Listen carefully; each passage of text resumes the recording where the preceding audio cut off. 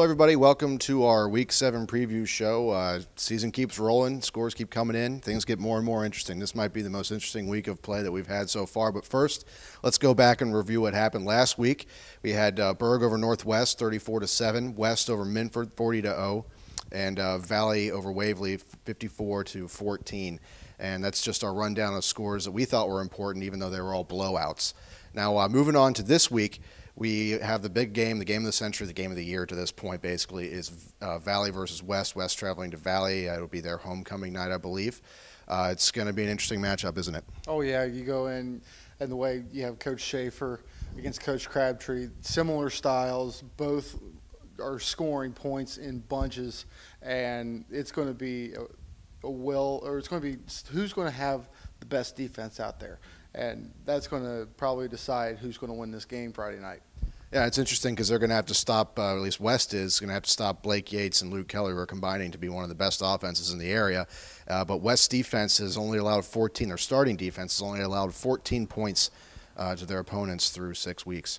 Now, moving on to the game that I believe you're going to be at, correct? It'll be Northwest and Minford, and let's just think about Luke Brown here going up against the Minford defense. Has been a little bit porous, and it'll be a chance for Luke Brown to get back on track after 2 straight weeks of not topping the century mark on the ground.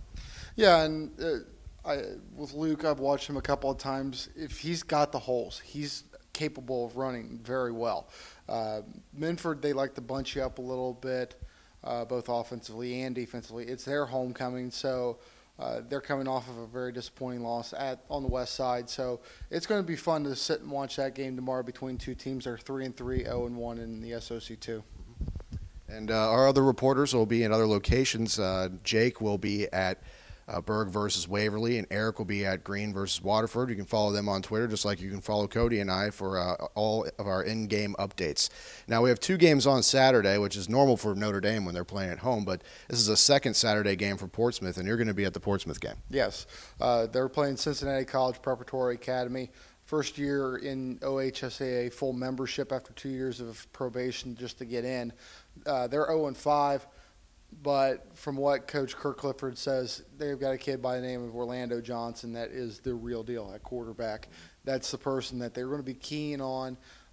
They're going to be without Brandon Wiederbrook indefinitely. So it's going to be interesting to see how Portsmouth's going to handle the running game that the Lions run. It's going to be a wildcat offense basically, but they'll run multiple sets. But still, it's going to be fun to watch Saturday night in the Coliseum. And I'll be at the Notre Dame game where they will be taking on Oak Hill, who got Randy Homo's first win of his coaching career at Oak Hill last week. That's our rundown for games this week. I hope you'll follow us on Twitter and follow us in the paper and follow us online. Thanks for joining in.